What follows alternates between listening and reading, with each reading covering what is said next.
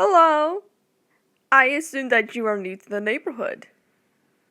The name is Charlie. It's very much a pleasure to meet you. You see, I couldn't help but admire your wonderful appearance. So I thought, just to be a great, wonderful, nice, sweet, lovable neighbor such as myself, I thought it's best if I just, bake you some nice, delicious cookies for you. Yeah. What's that? Someone told you about me? Oh, my dear, you must be mistaken as someone else. I'm not that creepy, weirdo neighbor that your next door neighbor has, talked about. She just likes to talk shit about me because I look like a strange being. Anywho, I baked you some cookies. So why don't you have those cookies? And why don't you try them right in front of me? No, I didn't. I didn't do anything with them, I promise. I know I may be strange, I know I might be acting a bit weird, but I promise I would never do anything with those cookies to prevent you any harm. I just want to see if they're good, and if they're not, I can take them back and start all over again. Does that seem fair? Amazing. Why don't you try them? Aren't they delicious? They're your favorite. They're chocolate chip. Your favorite. Huh? What seems to be the problem? They taste funny. That's funny. I tried them just to make sure they're good. Are you sure you're not, delusional or something? I know they're not, underbaked or overbaked or... Whoa, what's wrong? You seem to be a little loopy.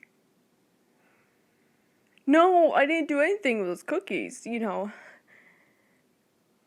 maybe you're just, maybe need to drink some liquid. Maybe you're dehydrated, or maybe you're just... Oh, that's not dehydration?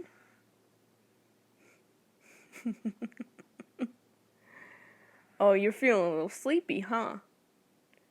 Well, why don't you, lay down on the couch and take a rest. Maybe you just had a long day. Or maybe I can make the process even faster. What is it? That's a good question. Now, go to sleep, my lovely little neighbor. Shh. That's it. Go to sleep. Hush and go to sleep.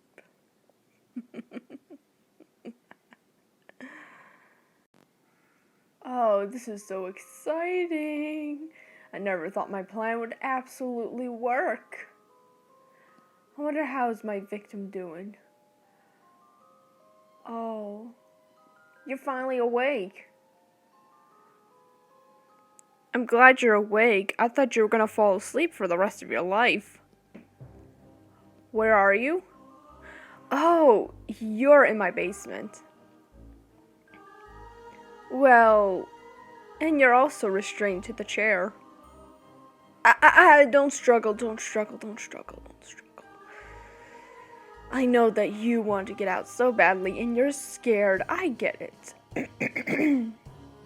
But I just couldn't help but see your wonderful, beautiful face, and I could not resist to even leave you again.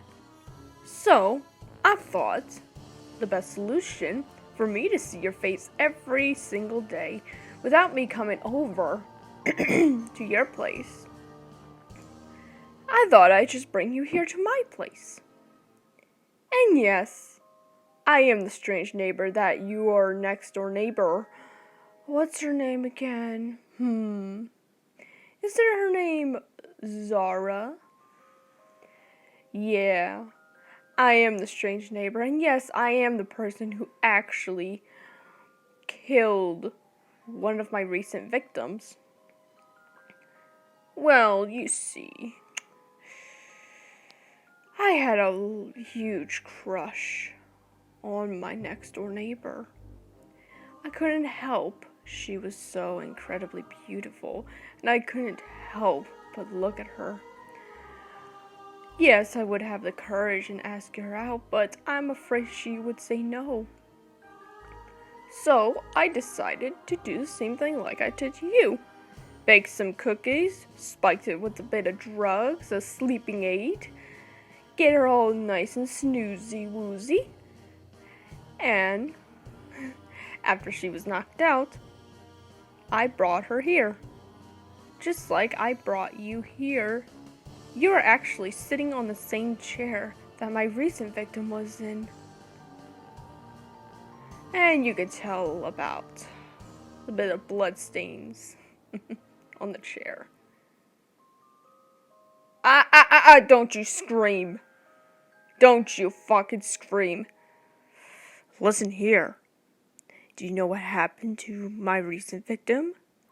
She kept screaming and screaming until I actually grabbed a hold of her tongue and sliced it. Oh, she was screaming for real. I would have been screaming bloody murder if my tongue was chopped out of my mouth. She was tongueless as fuck. And the best part is, I still have her tongue in that jar. I couldn't help it. It brings a lot of memories. It brings the memories of my recent victim. Also, the police investigation still haven't identified who actually murdered her. Right after I chopped up her tongue, she decided to still resist, almost like she is begging to die. I don't blame her. I think I would want to die if I was sitting there in a chair down in a basement, not knowing what's going to happen to me. Oh, I thought, after her consequences, I thought she will figure out that she is no longer going to be coming home and she's going to be living with me for the rest of her life. So, I had no choice. I actually murdered her. And, it was wonderful. So yeah, hence those bloodstains on the chair. You're actually sitting on the chair right where she was murdered. She was murdered, tied down to the chair, and you do not want me to do the same thing, and you do not want to be like that same girl that's been recently murdered. After I murdered her, I decided to burn the evidence. I have a fireplace upstairs. I dismembered her and threw everything into that fireplace. She was nothing but a bunch of ashes and bones. After she was nothing but bones, I decided to put out the fire, put the bones in a trash bag, and put them in the trash can. So nobody will ever know that there are actually bones of her dismembered body in those trash bags. Nobody knew. Nobody knows. So, I'm pretty much in the clear. But if you decide to be a little tattletale and start screaming bloody murder and trying to get people's attention just so they could call the police on me, I swear to the hands of oh God, you are not going to live for the rest of your life. I can just murder you right on the spot, but that'll be really selfish of me because I love you so dearly, just like I said to my recent neighbor. Oh, still thinking about her just gives me lovely butterflies. But she's no longer alive. I'm not supposed to be thinking about her. I'm supposed to be thinking about you. Why am I doing this? Again, it's simple. instead of me coming over and start asking you out, because I'm worried that you're going to, reject me. So, I decided to bake those cookies, drugged you, and now you are here as my lovely lover. So, oh no, honey, you're not coming home. No. You're not coming home. You staying in that house right across the road is over. I can't wait to see the look on Zara's face when she finds out you're not home. Also, your car is still there, so that'll get her even more worried. It won't be you taking a long trip. It is a long trip. It's going to be a permanent trip because you're going to be staying with me as my wonderful lover. Oh, I can't wait. We're going to have so much fun together. Just you and me having some lovely fun. Though I don't trust you as much to take you out in public. I know I don't want to coop you up into the basement. I know you want to be untied, and I know you're so desperate to get up off that chair and beat the living shit out of me. I know that. I can tell the look in your eyes that you are ready to fucking punch my goddamn throat. But you know what? I'm not gonna let you go.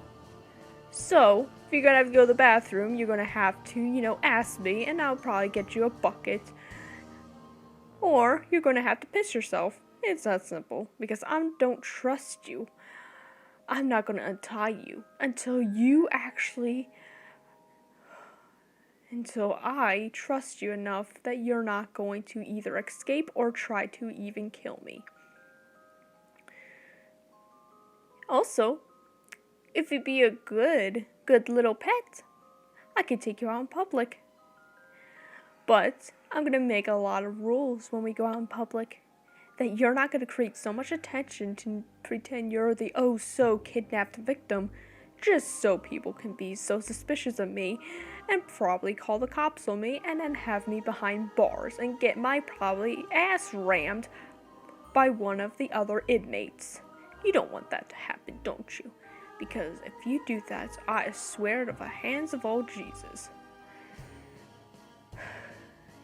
Where you're gonna be is 3 feet into the fucking ground because I will murder you right on the spot and bury your goddamn corpse 3 feet into the ground without a goddamn casket. There won't be any fucking funeral.